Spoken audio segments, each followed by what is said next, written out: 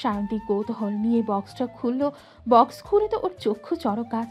কম করে হলেও 20 জোড়া জুতা হবে এখানে। এত জুতা কেন কেউ তাকে দেবে?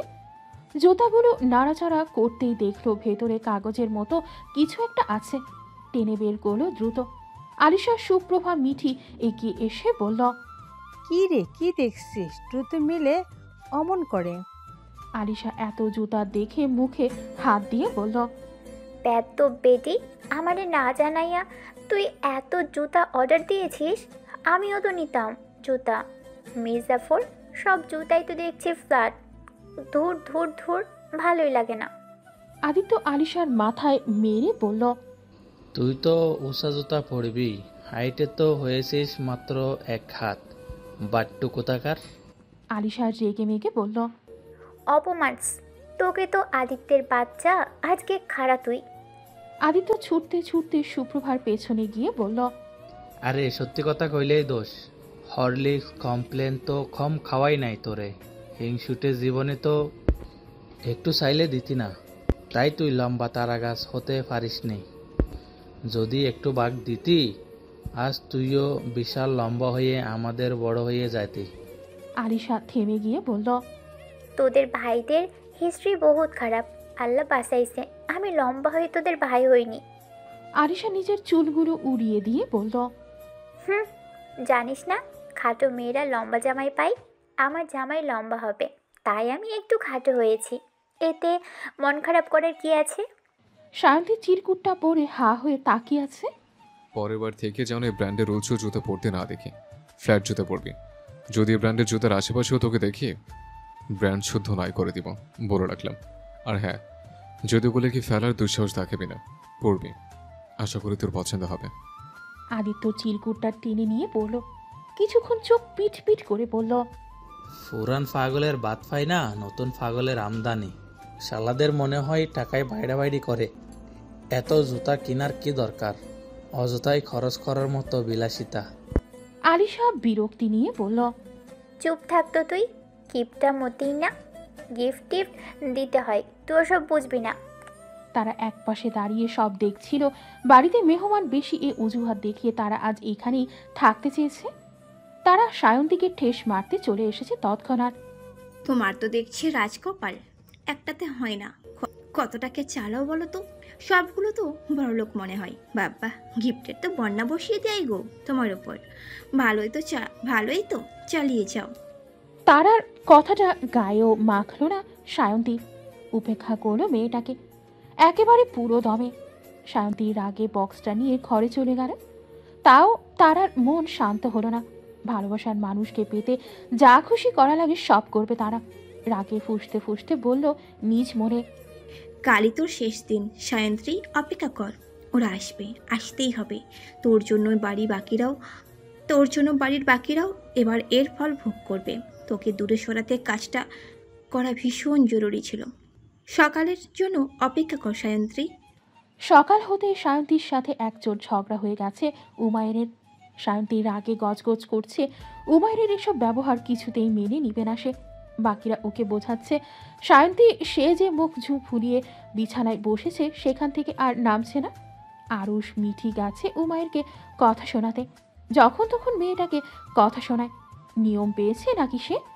আদিত্য বলে উঠল ভাবুক কণ্ঠে, বুঝলাম না ভাই, এত চেতলো কেন? বাইয়ার তো খুশি হওয়ার কথা। এই দেখ, বাইয়ার সাথে বিয়ের পর তো অন্তিকে আর বাইয়ার জুতা কিনে দিতে হতো না। জুতা কেনার খরচটা বেঁচে যেত। বাইয়া কি বলল? জুতা যেন সব ফেলে দেয়, না হয় ফুরিয়ে দিবে। আজব তো, জুতা দিছে টাকা বেঁচে যাবে, এখানে রাগারাগি করতে হবে কেন? সায়ন্তী ঠাসঠুস কয়েকটা বসিয়ে দিল আদিত্যের পিঠে। আলিশা বলে উঠল, তুই কি একটু চুপ থাকতে পারিস না? সব জায়গায় তোর এত লজিক ছাড়তে হবে কেন? তোর মতো কিপটা পোলা আর একটাও দেখিনি। আদিত্য পিঠ ডলতে ডলতে বলল, আশ্চর্য, মারছিস কেন? অপর্যয় করবি কেন তোরা? 20 জোড়া জুতা তো কম হলেও 1.5-2 বছর চালাতে পারবে। অযথা নতুন করে কিনতে যাবে কেন? এটুকু বলতে পারবো না আমি? ভাইয়ের কি টাকা বেশি হইয়া গেছে নাকি? আমারেও। সায়ন্তী এসে আদিত্যের মুখ চেপে ধরে বলল, শালা তুই আবার যদি এই টপিকে আর একটা কথা বলিস না, তোকে আমি কাঁচা গিলে খাবো। আদিত্য মুখ লটকে বসে পড়ল। সায়ন্তী এক গ্লাস পানি দাঁড়িয়ে থেকেই খেয়ে ফেলল। ফোঁস করতে করতে বলল, তোদের এই ভাইকে না আমি দেখে নিব, অসহ্য লোক একটা। আমি কি করব না করব এই এখন কি ওনার থেকে অনুমতি নিয়ে করতে হবে নাকি? আমার মন তো চায় লাথি মেরে গাঙ্গে ফেলে দিই। আদিত্যের ফোন বেজে উঠল হঠাৎ। সকাল বাজে 9টা। সকাল সকাল কে আবার ফোন দিতে যাবে? আদিত্য অবহেলা নিয়ে মোবাইলটা বের করলো। সায়ন্তী বুকে দুহাত গুজে বসে আছে। আলিশা দেয়ালে হেলান দিয়ে দাঁড়িয়ে আছে। এরই মধ্যে আরুষ এসে আলিশার মাথায় একটা মেরে গুনগুন করতে করতে চলে গেল। আলিশা দাঁতে দাঁত চেপে দেখলো শুধু। আলিশা বেশ বুঝতে পারছে ইতর মার্কা লোকটা তার সাথে ভাব করতে চাচ্ছে, সব কিছুতে খোঁজাচ্ছে যাতে আলিশা তার সাথে গিয়ে হাহা হিহি করে কথা বলে, ঝগড়া করে। কিন্তু তা তো আর কিছুতেই হতে দেবে না আলিশা। যতদিন এখানে আছে ততদিন এ ছেলেকে যথাসম্ভব এড়িয়ে যাবে সে।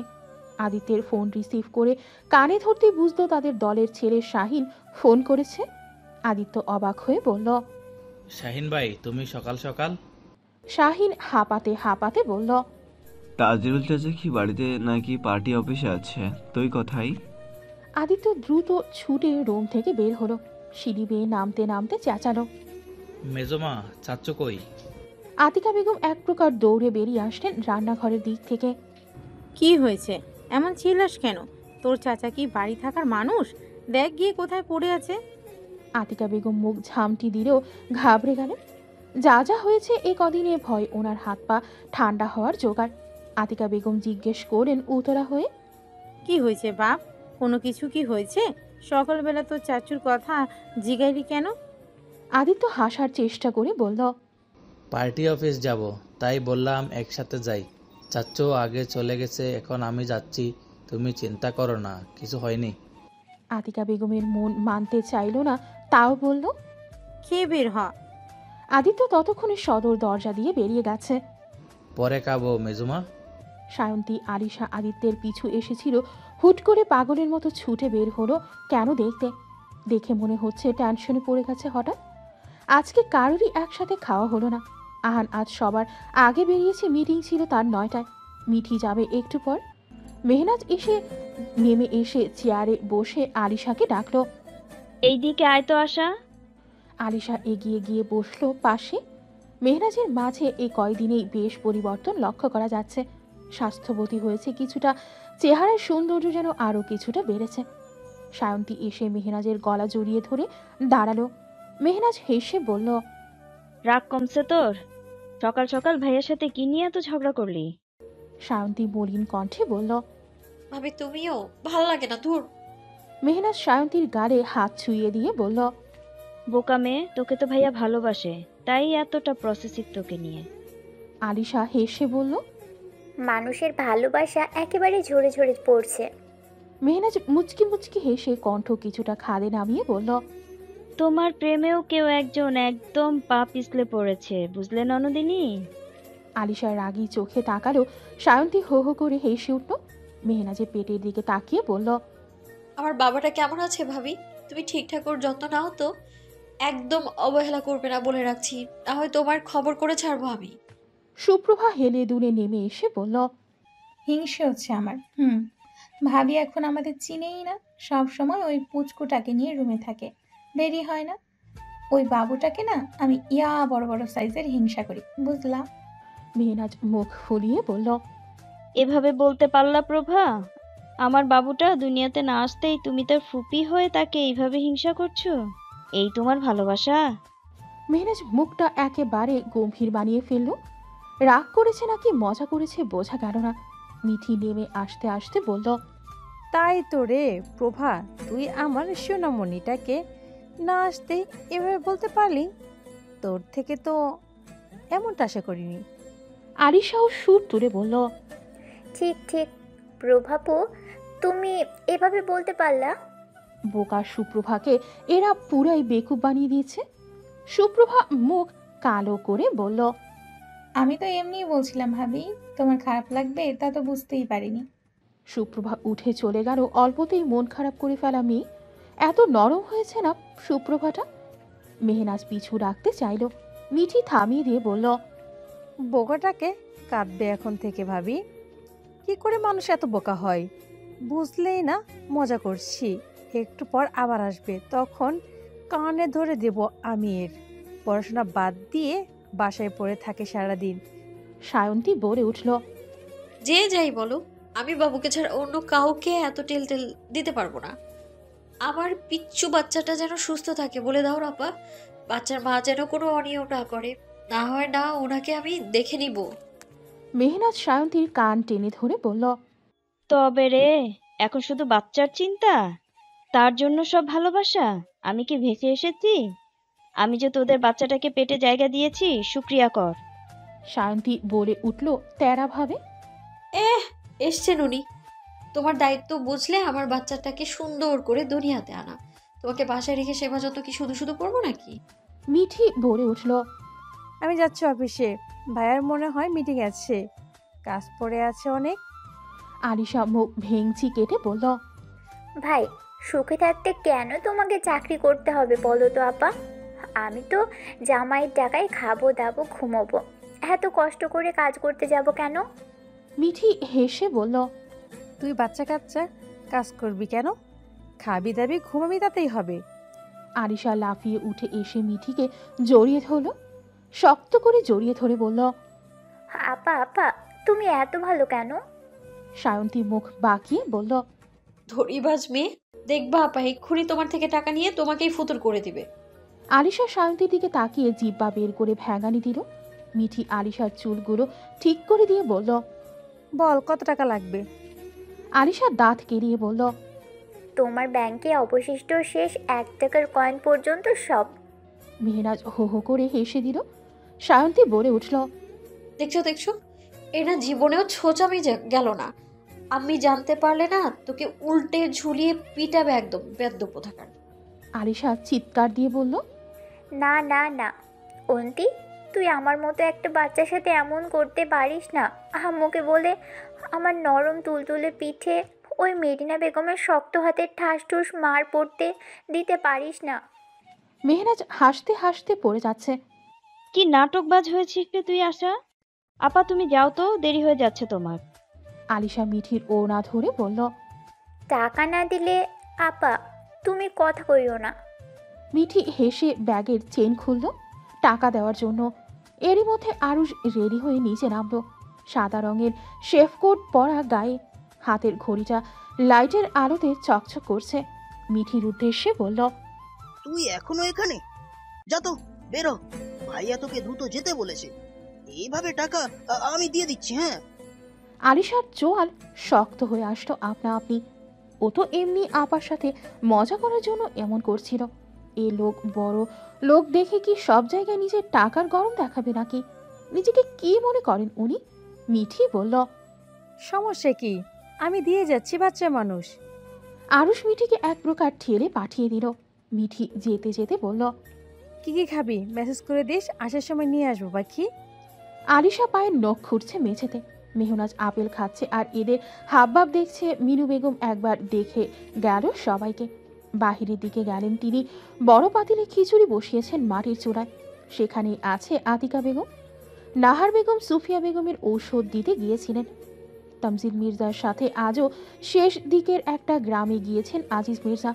বিচার করতে হবে নাকি ভাইয়ে ভাইয়ে জায়গা জমি নিয়ে নাকি তুমুল কাণ্ড ঘটিয়েছে। উমায়ের বাড়িতেই আছে, এটাকে বের হতে দেখেনি সায়ন্তী। নিজের বাবাকে তেমন বাড়িতে দেখে না আজকাল। জিজ্ঞেস করে বলে অফিসের কাজে বের হতে হয়। আরুষ নিজের ওয়ালেট বের করে আলিশার দিকে বাড়িয়ে দিয়ে বলল, যত লাগবে নিয়ে নে। আলিশার রাগ তরতর করে বাড়ছে। বেশ আত্মসম্মানে লেগেছে ওর এখন। আলিশা নিচ্ছে না দেখে আরুষ নিজেই 3টা 1000 টাকার নোট বের করে আলিশার দিকে ধরল।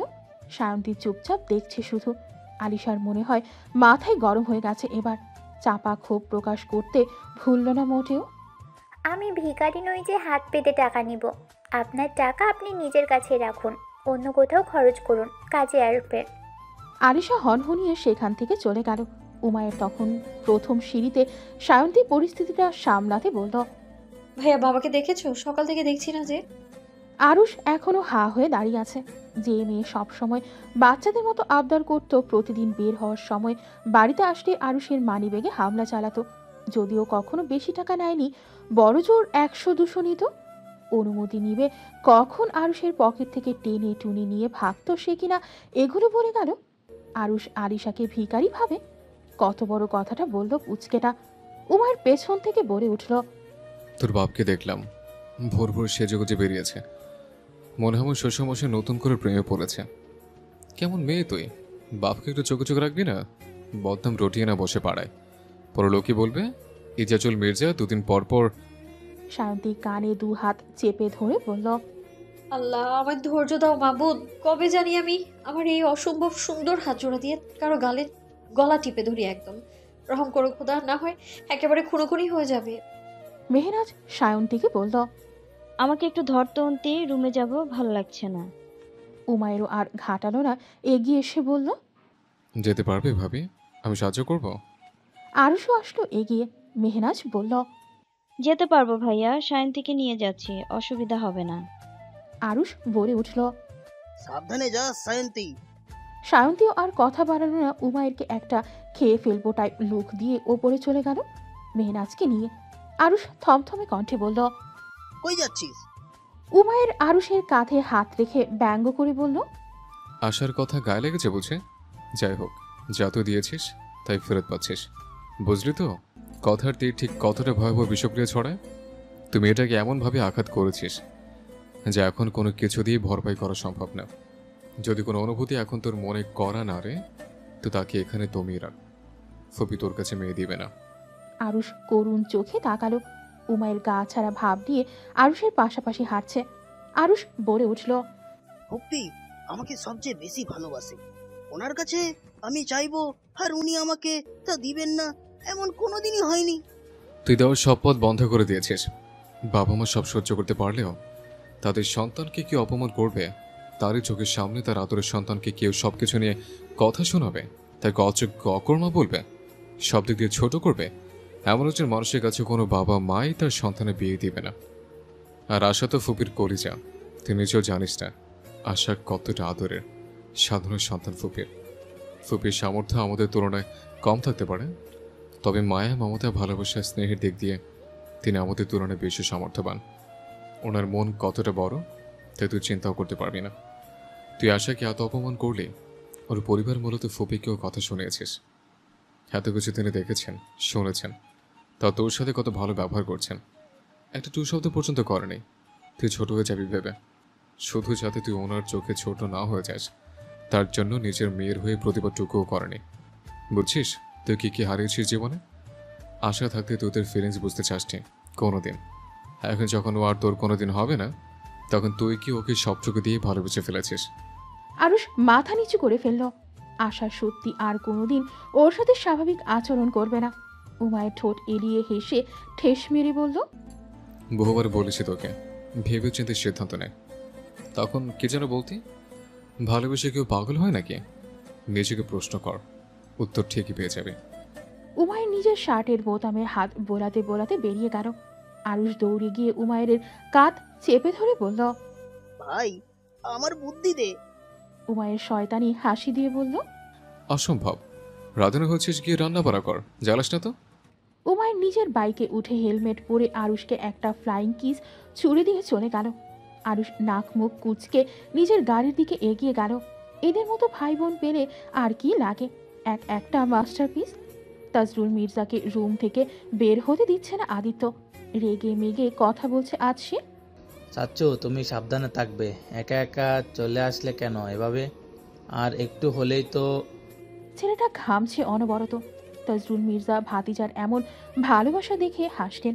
সত্যি ছেলে মেয়েগুলো এত ভালোবাসে তাকে?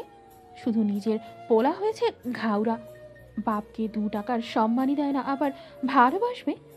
আর ভাইদের সন্তানগুলাও বাপ চাচাতে ভেদাভেদ করে না কখনো। এরই মধ্যে আদিত্যের ফোন বেজে উঠল। নাম না দেখেই রিসিভ করে কড়া কণ্ঠে বলে উঠল আদিত্য। হ্যালো।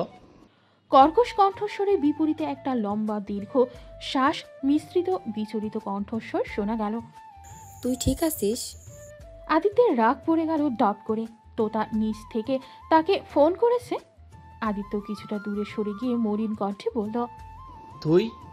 দীপ্তি বলে উঠল, তুই তো আবার ফাতরা নেতা।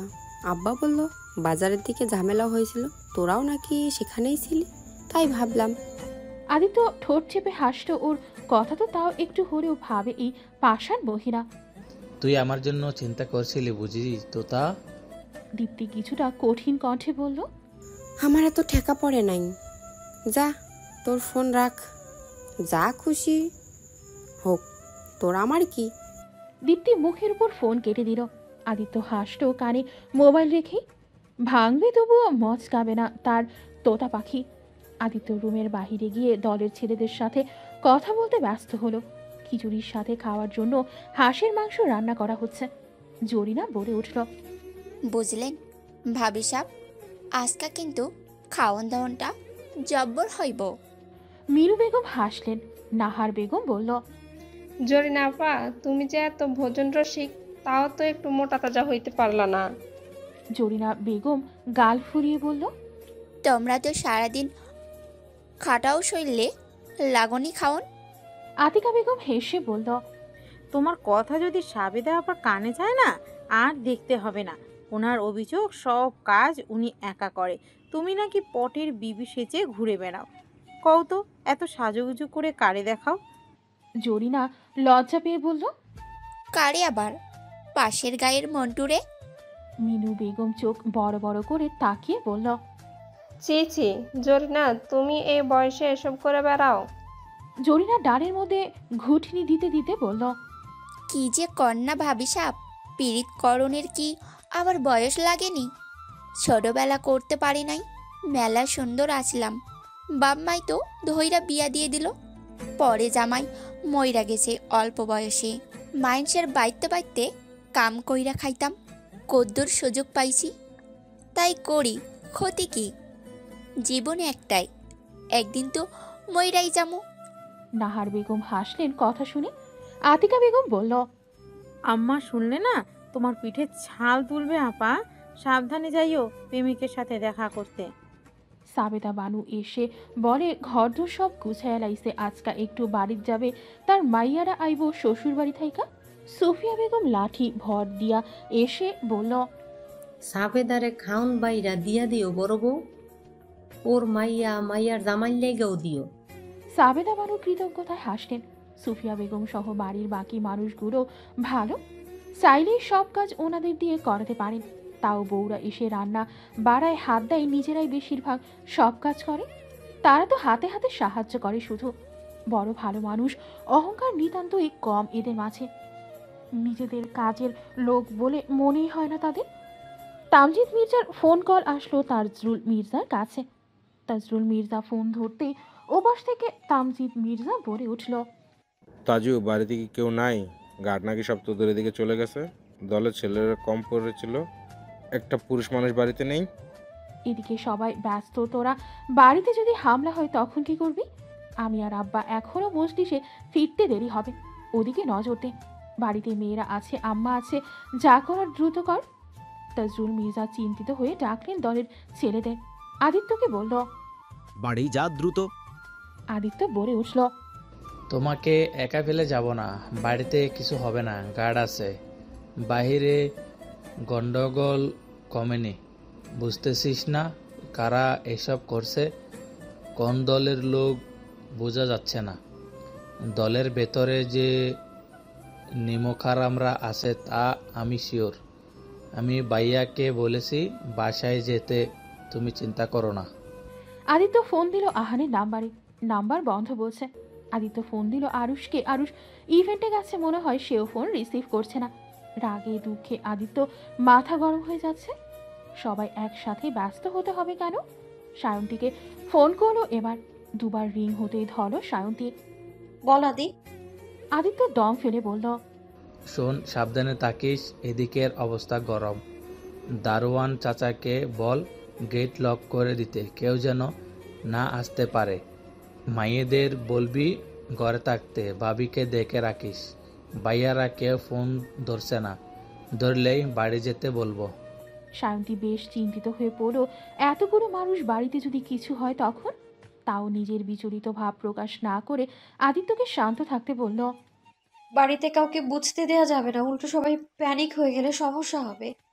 মেহনাজের ঘরে এক ঝক ভর্তি পানি দিয়ে গেল সায়ন্তী। দুপুরের খাবারটাও নিয়ে গেল, যদিও তখনও দুপুরে খাওয়ার সময় হয়নি।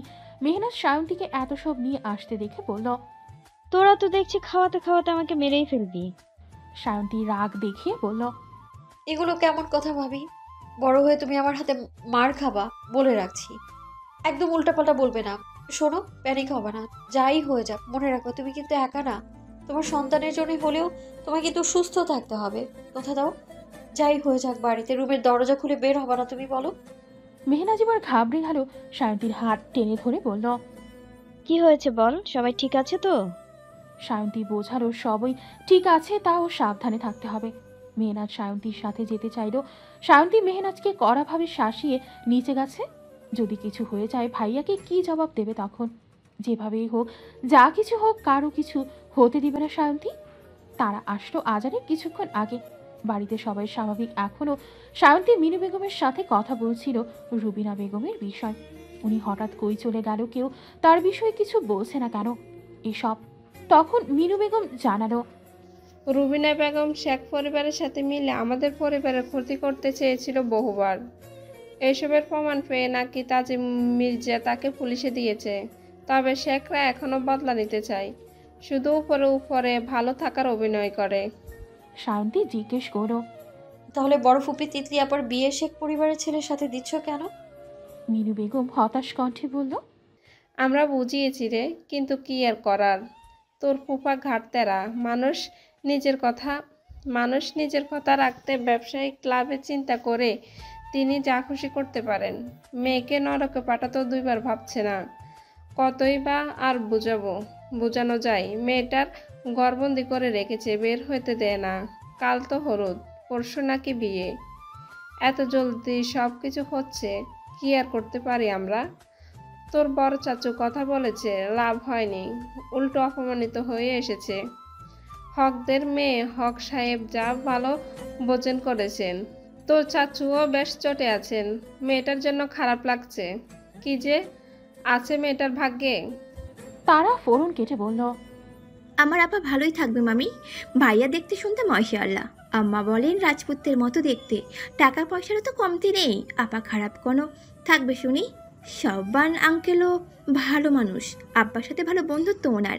আপনাদের অত ভাবতে হবে না। মিনু বেগম বিরক্ত হয়ে বলল, ভালো হলেই ভালো। আমরাও চাই তিতলি ভালো থাকুক। এসেছিস যখন খেয়ে যা। তোর মাকে আসতে বলিস, তোর নানু ডেকে পাঠিয়েছে বলিস। তারা বলে উঠল, খাবো না গো মামি, বাড়ির কাজ আছে। তা মামারা কি কেউ বাড়িতে নেই নাকি? নাহার বেগম হাত মুছতে মুছতে সরল মনে বলল, না রে, তারা কেউ তো বাড়িতে নেই। আয় বসে দিকে। তারা দ্রুত পায়ে বেরিয়ে যেতে যেতে বলল, না পরে আবার আসবো। শান্তির তীক্ষ্ণ দৃষ্টিতে তাকিয়ে আছে তারার দিকে। কি করে যেন দুইয়ে দুইয়ে দুই মিলে যাচ্ছে তার।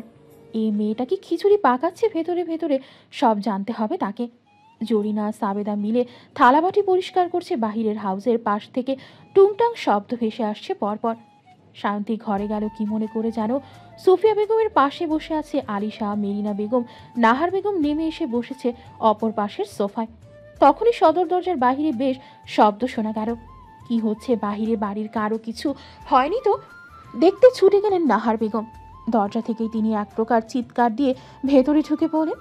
দ্রুত হাতে চেয়েও দরজা আটকাতে সক্ষম হলেন না। একটা লম্বা চওড়া ছেলে এসে দরজাটা ধাক্কা মেরে খুলে ফেলল। নাহার বেগম ভয়ে জমে গেলেন। বোঝাই যাচ্ছে ছেলেগুলা দাগি সন্ত্রাসী। আলিশা ভয়ে সেটিয়ে গেছে পুরো। সোফিয়া বেগম নাতনিকে আগলে ধরে বলল, কারা তোরা? কি চাই এখানে? অনুমতি না নিয়ে ঢুকার দুঃসাহস দেখিয়েছিস? ভালোই ভালোই বের হ বলছি। একে একে কালো পোশাকধারী 10 জনের মতো লোক ঘরে ঢুকে পড়ল। একটা ছেলের কানে মোবাইল ফোন। ভাই, ছোটটাকে পেয়েছি, হ্যাপি সুন্দরী আছে, ছোট্টখাটো একটা পুতুলের মতো, যা জোশ দেখতে না। মেরিনা বেগম বলে উঠল দ্রুত, আশা, দৌড়ে রুমে গিয়ে দরজা আটকাবি, কিছুতেই খুলবি না।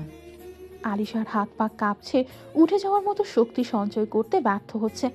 সবার হাতে একটা একটা পিস্তল যদি গুলি করে দেয় তখন? দলের মধ্যে থেকে একজন বলে উঠল, বড়রা তো বাড়ি নাই ভাই, তয় মির্জা বাড়ির নাত বউ তো আছেই, ওটা কম কিসে?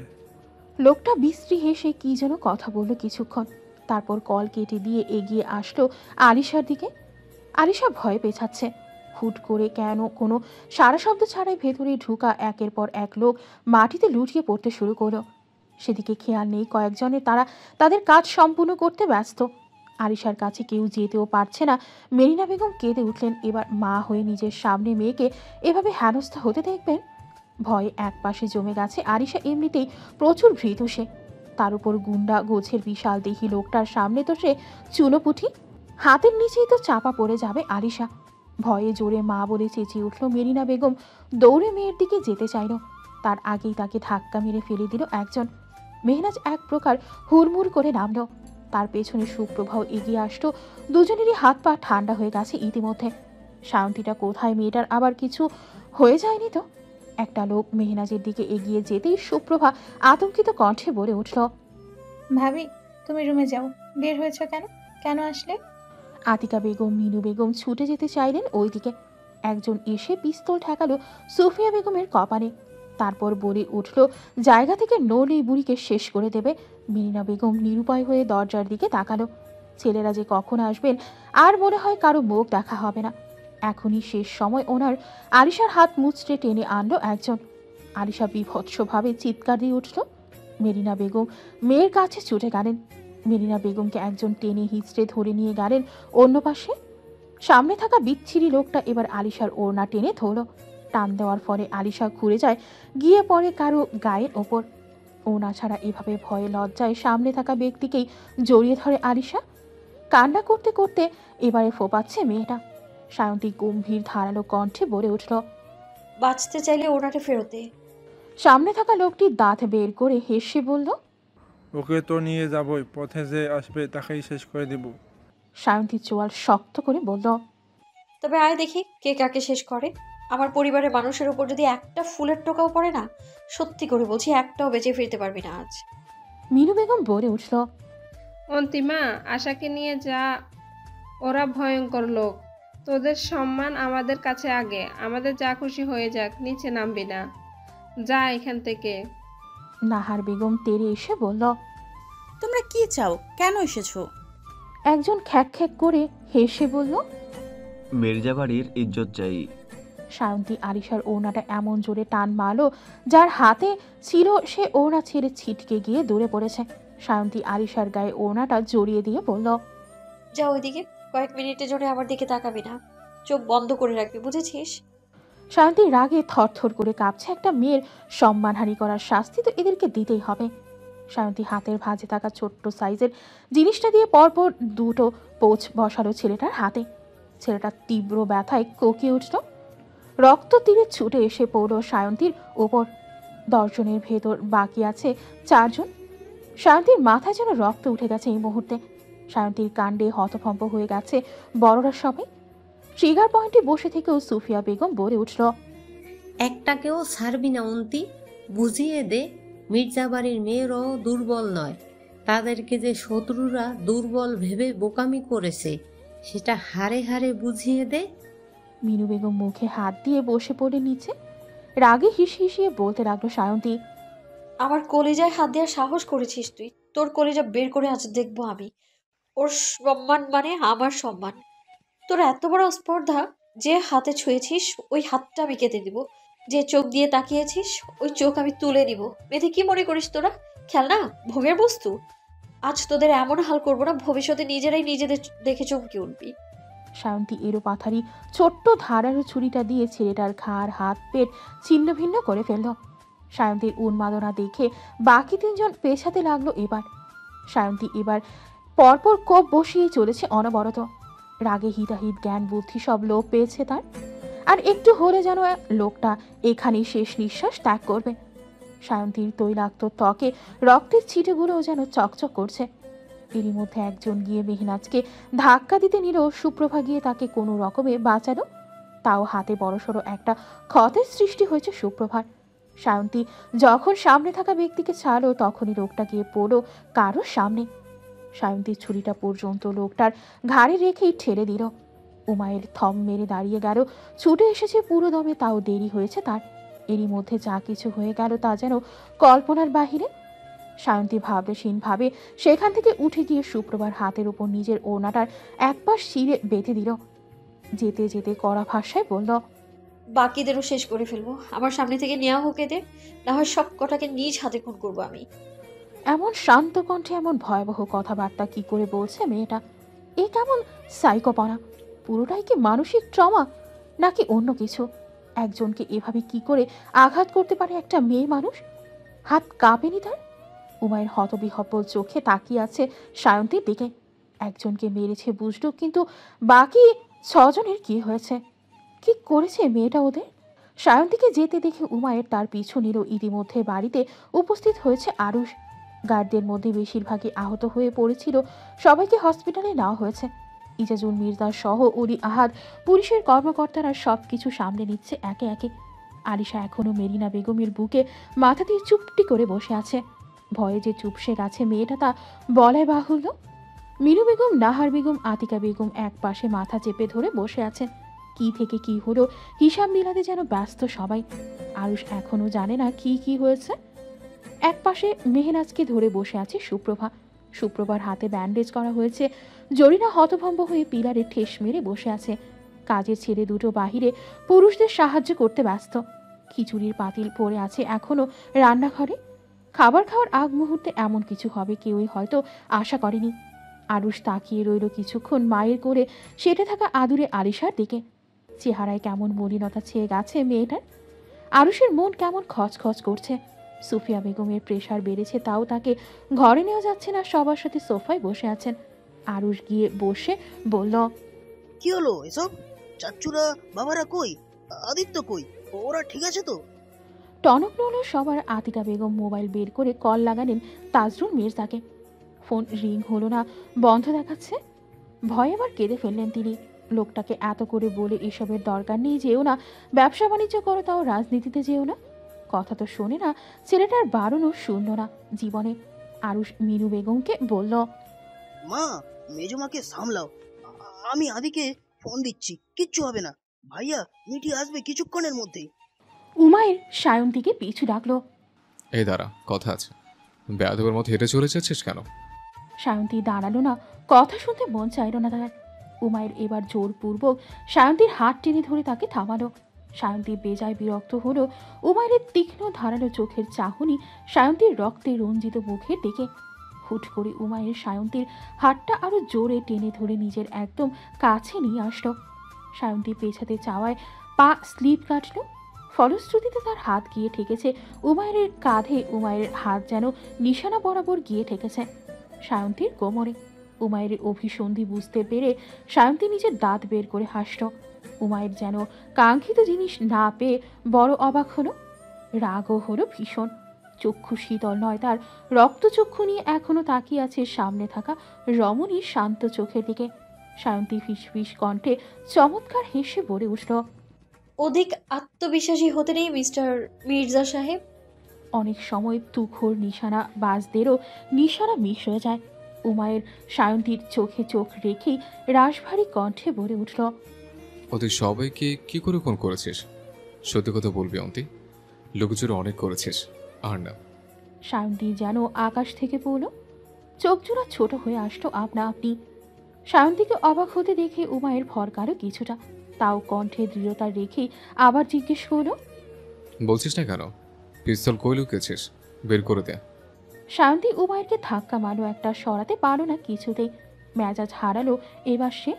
মুখ দিয়ে তো এবার বিচ্ছিরি গালি আসার জোগাড়। নিজেকে সামনে বলে উঠল তেরা ভাবে, রোমান্স করতে মন চাইলে বিয়ে করে বউয়ের সাথে করুন, এরকম ঢলাঢলি করুন। আমাকে এমন ভাবে ধরেছেন কেন? ছাড়ুন বলছি।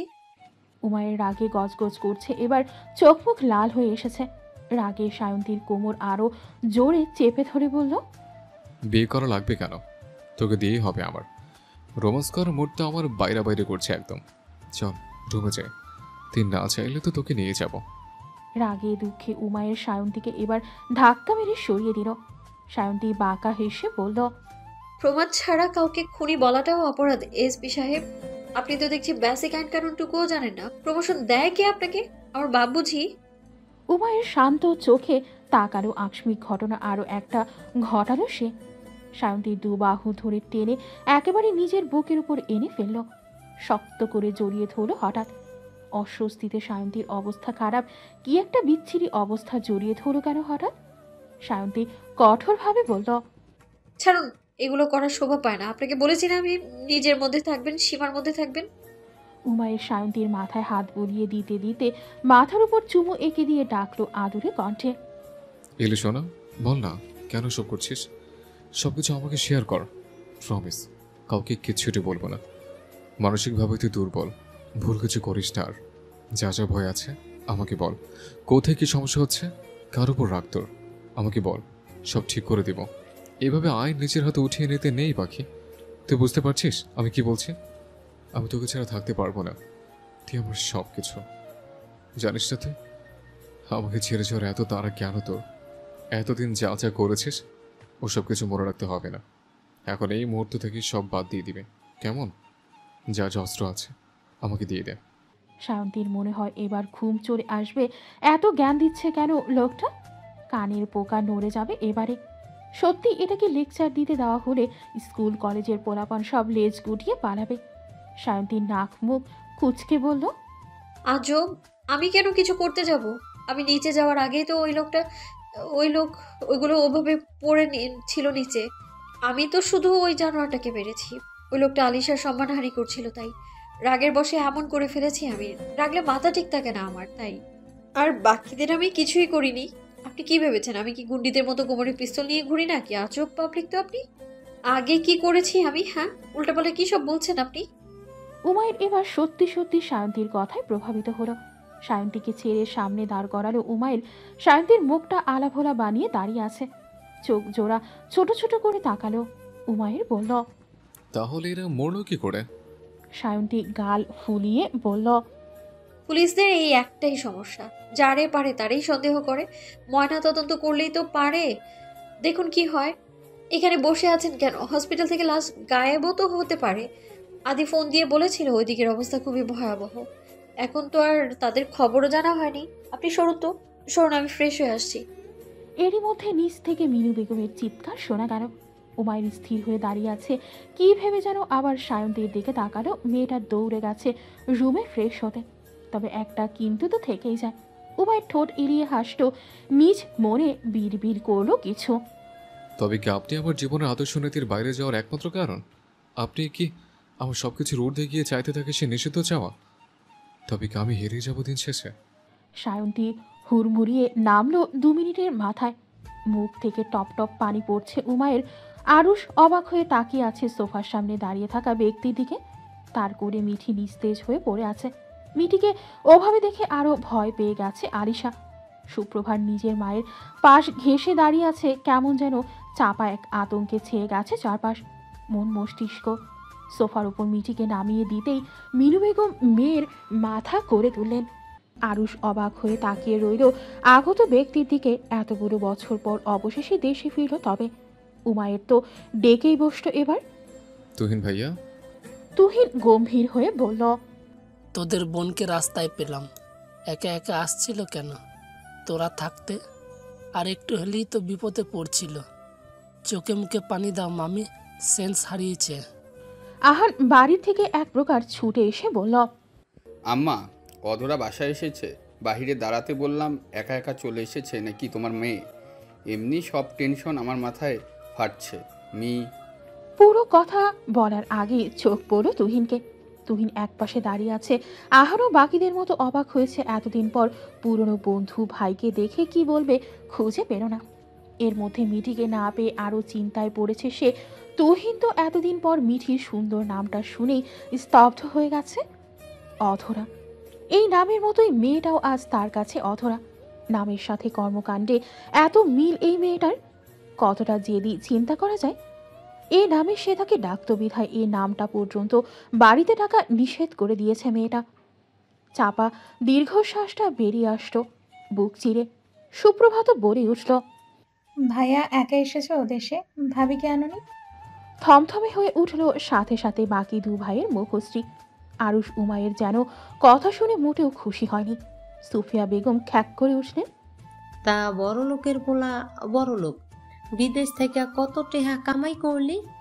বউ কই, দেখাবি না নাকি? তোর মায়ে তো কইল বিদেশ নাকি বিয়া করছস।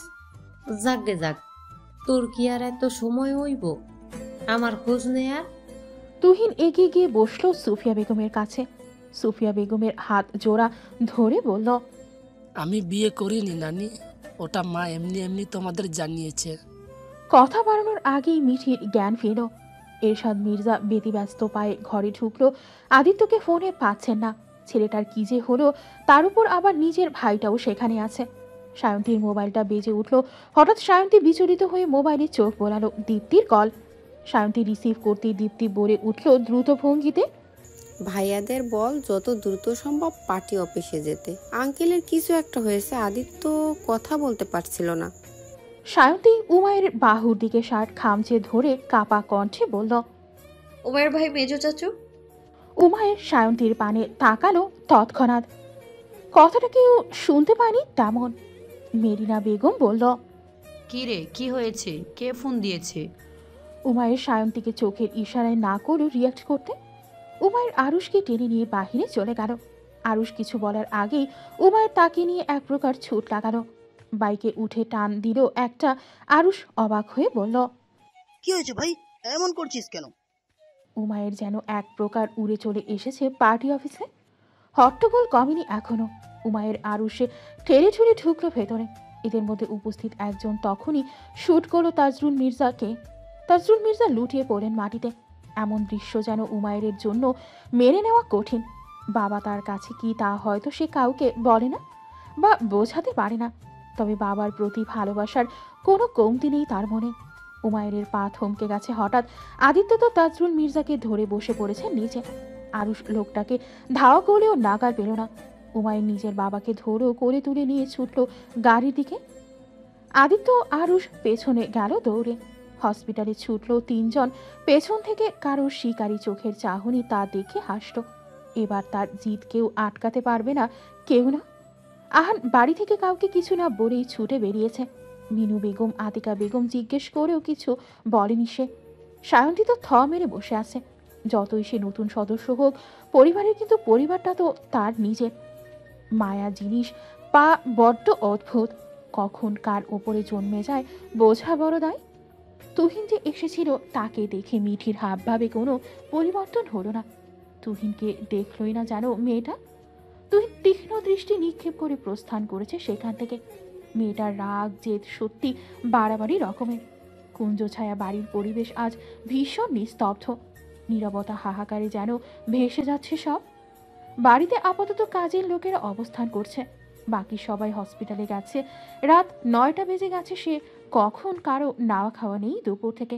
আতিকা বেগম কেঁদে কেটে জ্ঞান হারিয়েছেন। তাকে ঘুমের ঔষধ দিয়ে কেবিনে রাখা হয়েছে। স্যালাইন চলছে। সোফিয়া বেগম চোখের জল ফেলেই যাচ্ছেন। আজিজ মির্জার কষ্টে বুক ফাড়ছেন। এভাবে পরিবারটা চোখের সামনে ধ্বংস হতে হতে বেঁচেছে। কাউকে ছাড়বেন না তিনি। তার পরিবারের দিকে যারা চোখ তুলে তাকিয়েছে একটাকেও স্বস্তির নিঃশ্বাস নিতে দেবেন না কিছুতেই। তামজিদ মির্জা নিশ্চুপ ভঙ্গিতে পায়চারি করছে। তার কাজ হচ্ছে খুঁজে বের করা কে দেখিয়েছে এই দুঃসাহস। এরশাদ মির্জা, ইজাজুল মির্জা বাকিদের সামলাতে ব্যস্ত। মহিলাদের এবার বাড়ি যেতে বলে দিবেন তামজিদ মির্জা, সাথে আজিজ মির্জাও যাবে। অযথা ভিড় জমিয়ে লাভ নেই। গুলি বের করা হয়েছে, জ্ঞানও ফিরেছে। শরীর দুর্বল হওয়ায় ঘুমাচ্ছেন তাজরুল মির্জা। উমায়ের অবস্থা সবচেয়ে বেশি করুণ। কিছু মুহূর্তেই ছেলেটা যে ভেঙে পড়েছে তা দেখে সবার মুখ মলিন হয়ে এসেছে। এ বাপ ছেলে সারাদিন লেগে থাকে একজন আরেকজনের জাত শত্রু, তবুও ভালোবাসার যেন কোনো কমতি নেই। আজ সবাই তা হারে হারে টের পেল। উমায়ের বারবার নিজেকে শান্ত করতে নিজের চুল টেনে ধরেছে। আরুষ কি বলে সান্ত্বনা দেবে খুঁজে পেল না। আদিত্যের অবস্থা বেহাল। ছেলেটার ওপর দিয়ে তা কম ঝড় ঝাপটা যায়নি আজ। একা হাতে সব সামলেছে, তাও শেষ মুহূর্তে এসে এসব ঘটল।